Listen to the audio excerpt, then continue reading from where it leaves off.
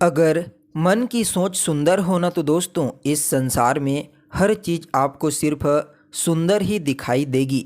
नमस्कार दोस्तों, मैं एस्ट्रोलॉजर वासुदेव मिश्रा आपका अपने चैनल मिरेकल ऑफ एस्ट्रोलॉजी में हार्दिक स्वागत करता हूं। आज का जो यह ज्योतिष का कार्यक्रम है दोस्तों, यह आप लोगों के लिए, मेष राशि वालों के लिए बेहद ही ज़्यादा खास कार्यक्रम, विशेष कार्यक्रम साबित होने वाला है। आज के इस ज्योतिष के कार्यक्रम में हम आप लोगों को आपके साप्ताहिक राशिफल के बारे में बताने के लिए जा रहे हैं। जी हाँ दोस्तों, आप लोगों के लिए 20 नवंबर से लेकर के 25 नवंबर के बीच का जो समयावधि रहेगा, यानी कि आज से लेकर के आने वाला जो 7 दिन का समय रहेगा, वह ग्रहों की स्थिति के आधार पर आपके जीवन में किस प्रकार से लाभदायक और नुकसानदायक साबित होगा। जो ग्रह आपको इस सप्ताह नकारात्मक रूप से प्रभावित करने का प्रयास करेंगे, उनके लिए कौन कौन सा उपाय आपको करना चाहिए, साथ ही आपको इस समय किन किन चीज़ों से सावधान रहना है, हर एक जानकारी आपको पूरे विस्तार के साथ आज के इस ज्योतिष के कार्यक्रम में आपको बताएंगे। इसलिए अगर आप भी एक मेष राशि के जातक हैं तो आपकी जिम्मेदारी बनती है इस ज्योतिष के कार्यक्रम को बिल्कुल अंत तक देखिए। दोस्तों, यह जो साप्ताहिक राशिफल आपको बताने के लिए जा रहे हैं, यह आपकी जन्म की राशि चंद्र राशि पर आधारित है। यानी कि जिस समय आपका जन्म हुआ था उस समय चंद्रमा जिस राशि पर मौजूद था वह आपकी जन्म की राशि है। अगर आप अपनी जन्म की राशि नहीं जानते तो आपका जो नाम है उस नाम के प्रथम अक्षर की राशि के आधार पर आप इस कार्यक्रम को समझ सकते हैं। और अगर आप भी अपनी जन्म कुंडली पर किसी भी प्रकार का कोई विश्लेषण करवाना चाहते हैं तो कमेंट बॉक्स में अपना डेट ऑफ बर्थ लिखिए। साथ ही साथ आपको कमेंट बॉक्स में अपना कोई एक एड्रेस देना पड़ेगा जहां पर आपको डिटेल भेजा जाएगा।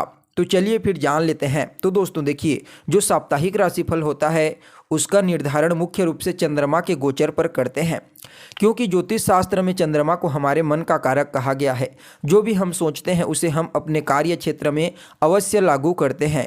और चंद्रमा का जो राशि परिवर्तन होता है यह हर 2.25 दिन में हो जाता है, जिसकी वजह से चंद्रमा की गति काफ़ी तेज है अन्य ग्रहों की तुलना में।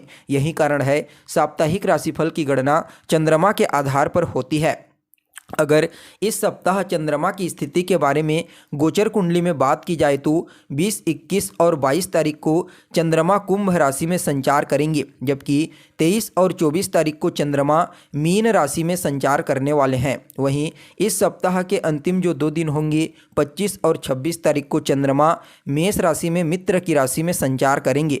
पहले तो 3 दिनों तक चंद्रमा शनि के साथ मिलकर के विष नामक दुर्योग का निर्माण करेंगे। उसके पश्चात मध्य के जो 2 दिन का समय होगा, 23 और 24 तारीख का समय, इन 2 दिनों में चंद्रमा राहु के साथ मिलकर के ग्रहण योग का निर्माण करेगा। तो ऐसे में इस सप्ताह की शुरुआत में ही आपको टेंशन, तनाव, मानसिक समस्या का सामना करना पड़ सकता है। इसलिए किसी भी कार्य को लेकर के ज़्यादा तनाव, टेंशन, चिंता करने से आपको बचना चाहिए, अन्यथा शुरुआती 3 दिनों में ही आप डिप्रेशन के शिकार हो सकते हैं। इसके अलावा जब बीच में यानी कि 23 और 24 तारीख को राहु के साथ चंद्रमा गोचर करेंगे तो कुछ भ्रामक स्थितियां आपके लिए उत्पन्न हो सकती है, खास करके अपने शत्रुओं को लेकर के, अपने रोग को लेकर के। इसलिए हर चीज़ को बहुत ही अच्छी तरीके से आपको विश्लेषण करने की आवश्यकता पड़ेगी।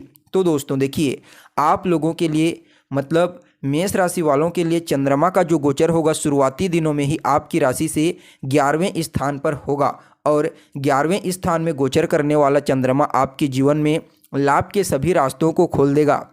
हालांकि यहाँ पर चंद्रमा विष नामक दुर्योग से ग्रसित होंगे, जिसकी वजह से लाभ को लेकर के कुछ चिंता और समस्या आपके ऊपर बनी रह सकती है। लेकिन फिर भी यहाँ पर लाभ के एक नहीं बल्कि अनेक रास्ते आपके लिए खुल जाएंगे सप्ताह की शुरुआत में ही। इसके अलावा आपकी जो डिजायर्स हैं, यानी कि आपकी मनोकामना जो काफ़ी समय से पूरी नहीं हो पा रही थी, वह डिजायर्स भी इस सप्ताह पूरी होने की प्रबल संभावना नज़र आ रही है। इसके अलावा अगर बात की जाए तो शनिदेव जो होते हैं वह काल पुरुष की कुंडली में मुख्य रूप से दुख के कारक होते हैं, जिसकी वजह से चंद्रमा का जो प्रभाव होता है शनि का जो प्रभाव होता है वह बहुत ही मंद गति से दुख के रूप में भी बहुत ही बार देखने को मिलता है। इसलिए दोस्तों इस समय आपको अपनी सेहत का विशेष रूप से ख्याल रखने की आवश्यकता है।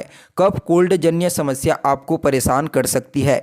इसके अलावा चंद्रमा की जो सप्तम दृष्टि होगी वह आपके पंचम भाव पर पड़ेगी, जिसकी वजह से आपके लव लाइफ में मधुरता आएगी। यहाँ पर अगर आप विद्यार्थी हैं तो आपको इस समय सावधान रहने की आवश्यकता है, क्योंकि चंद्रमा की दृष्टि थोड़ी आपको खराब करने वाली है।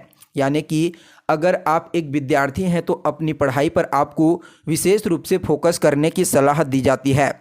इसके अलावा अगर आपकी संतान है तो संतान से आपको कोई शुभ समाचार की प्राप्ति हो सकती है। संतान कंसीव से संबंधित कोई अच्छी खबर आपको इस वीकली मिलने वाली है। इसके अलावा भूमि, भवन, मकान, वाहन जैसे सुखों में भी वृद्धि अवश्य देखने को मिलेगी। साथ ही दोस्तों चंद्रमा जब मध्य के 2 दिनों में यानी कि 23 और 24 तारीख को मीन राशि में राहु के साथ संचार करेंगे तो यहाँ पर आपके खर्चों में थोड़ा सा वृद्धि कर सकते हैं। आपको अपने खर्चों के ऊपर इस सप्ताह नियंत्रण रखने की आवश्यकता है। तो वहीं चंद्रमा जब आपके 12वें भाव में गोचर करेंगे तो यह जो लोग विदेश जाकर के फॉरेन जाकर के कोई काम धंधा शुरू करना चाहते हैं या फिर एजुकेशन ग्रहण करना चाहते हैं विदेश जाकर के, उनके लिए यह सप्ताह अनुकूल रहेगा। निवेश के मामले में भी अच्छा रहेगा। Share market, stock market, mutual fund इत्यादि के क्षेत्रों में आप इस सप्ताह निवेश कर सकते हैं। वहीं 6ठे भाव पर जब चंद्रमा की दृष्टि पड़ेगी तो यहाँ पर आप अपने शत्रुओं के साथ भी दोस्तों के समान व्यवहार करेंगे। साथ ही कफजन्य पीड़ा तो आपको थोड़ी बहुत परेशान कर सकती है, इसलिए कोल्ड से संबंधित चीज़ों को खाने से बचिए। इसके अलावा अगर पुराने समय से आपको कोई कफजन्य पीड़ा है तो इस समय आपको डॉक्टर की सलाह अवश्य लेनी चाहिए। तो वहीं दोस्तों जब चंद्रमा आपके द्वादश भाव में गोचर करेंगे और राहु के साथ यहाँ पर युति बनाएंगे जिससे ग्रहण योग का प्रभाव आपके जीवन पर पड़ेगा तो थोड़ा सा भ्रामक स्थितियाँ आपको उत्पन्न हो सकती है। इस समय रात को सोने में भी थोड़ी बहुत प्रॉब्लम हो सकती है, नींद की समस्या हो सकती है। इसके लिए आपको जो उपाय बताएंगे उसे आपको करना है। तो वहीं चंद्रमा सप्ताह के जो अंतिम 2 दिन हैं यानी कि 25 और 26 तारीख को गोचर कुंडली के प्रथम स्थान में यानी कि आपकी राशि के ऊपर ही गोचर करेंगे। यहाँ पर देवगुरु बृहस्पति के साथ चंद्रमा गज केसरी योग का निर्माण करेंगे और जब गज केसरी योग का निर्माण करेंगे तो यह आपके जीवन में कई प्रकार से लाभदायक कहा जा सकता है। जैसे कि समाज में आपको मान सम्मान और प्रसिद्धि की प्राप्ति तो होने ही वाली है। साथ ही साथ अगर आप बिजनेस व्यापार करते हैं तो उसमें आपको विशेष सफलता की प्राप्ति होगी। आपके डेली इनकम में वृद्धि हो जाएगी। आपको इस सप्ताह अपने दोस्तों का, अपने यारों का विशेष सहयोग प्राप्त होने वाला है। इसके अलावा जो लोग पार्टनरशिप में बिजनेस करते हैं उनके लिए भी यह समय अत्यंत ही श्रेष्ठ कहा जा सकता है।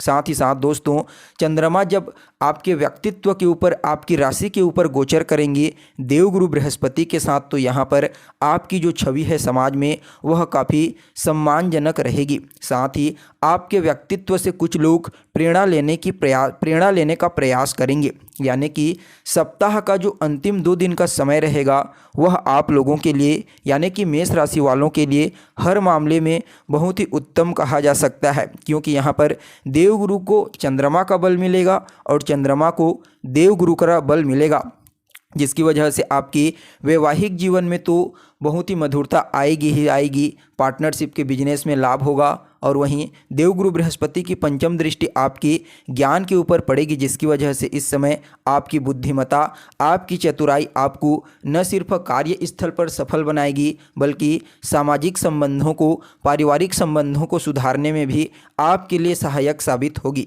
कुल मिलाकर के देखा जाए तो मेष राशि वाले जातकों के लिए यह सप्ताह काफ़ी अनुकूल रहने वाला है। लेकिन फिर भी इस सप्ताह को और ज़्यादा बेहतर बनाने के लिए रोजाना 108 बार ओम अंग अंगारकाय नमः इस मंत्र का जाप करें। साथ ही शनिवार और सोमवार के दिन काला और सफ़ेद तिल 1 लोटा जल में मिला करके शिवलिंग के ऊपर अर्पित कीजिए। आपके लिए यह सप्ताह आपके अनुकूल साबित होगा। तो दोस्तों उम्मीद करते हैं आपको यह जानकारी पसंद आई होगी। फिर मुलाकात होगी एक नए और ताज़ा एपिसोड में। तब तक के लिए हमें इजाज़त दीजिए। नमस्कार।